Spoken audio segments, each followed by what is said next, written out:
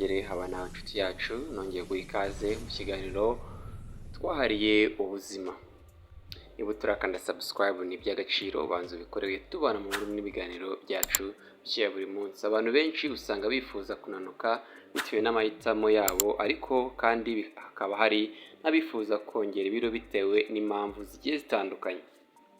Abahanga mu by'imirire usanga batanga inama y'imirire, haba ku bashaka kunanuka cyangwa kubyibuha. Urubuga Medical News Today igaragaza amwe mu mafunguro umuntu yafataga akongera ibiro. Muri ibyo harimo imineke. Ushobora kurya umuneke nyuma yo gufata ifunguro rya mu gitondo cyangwa se ukawuvanga na yogati. Icya kabiri, ibigori. Mu gihe wifuza kongera ibiro cyangwa kubyibuha, ni byiza gufata amafunguro arimo ibigori, igikoma, umutsima wabyo cyangwa se kawunga, imvungure n'ibindi. Bibutsa gukanda subscribe ni iby'agaciro. Inkoko. Umuntu wifuza kongera ibiro agirwa inama yo kurya amafunguro akungahaye kuri poroteyine, muri zo n'inkoko irimo. Amavuta.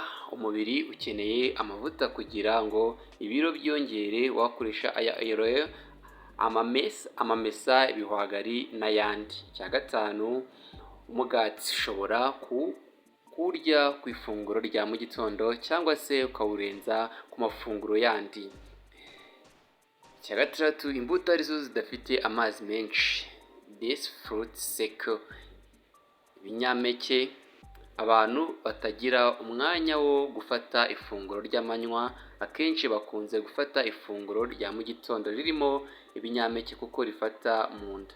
Ibinyampeke rero binifashishwa n'abashaka kongera ibiro, bakagirwa inama yo kubifata kenshi. Foromaje ikize ku bitera imbaraga, karori, ikaba ifasha kongera ibiro vuba kandi mu gihe gito. Mayoneze nayo ikungahaye ku bitera imbaraga, ikaba ifasha mu kongera ibiro. Niba uri mushyashya guys, ndanze ngusabye ukore subscribe kuri Kigali Social Trend, tujya tugezaho utuntu n'utundi, ubuzima, imyidagaduro ndetse na showbiz.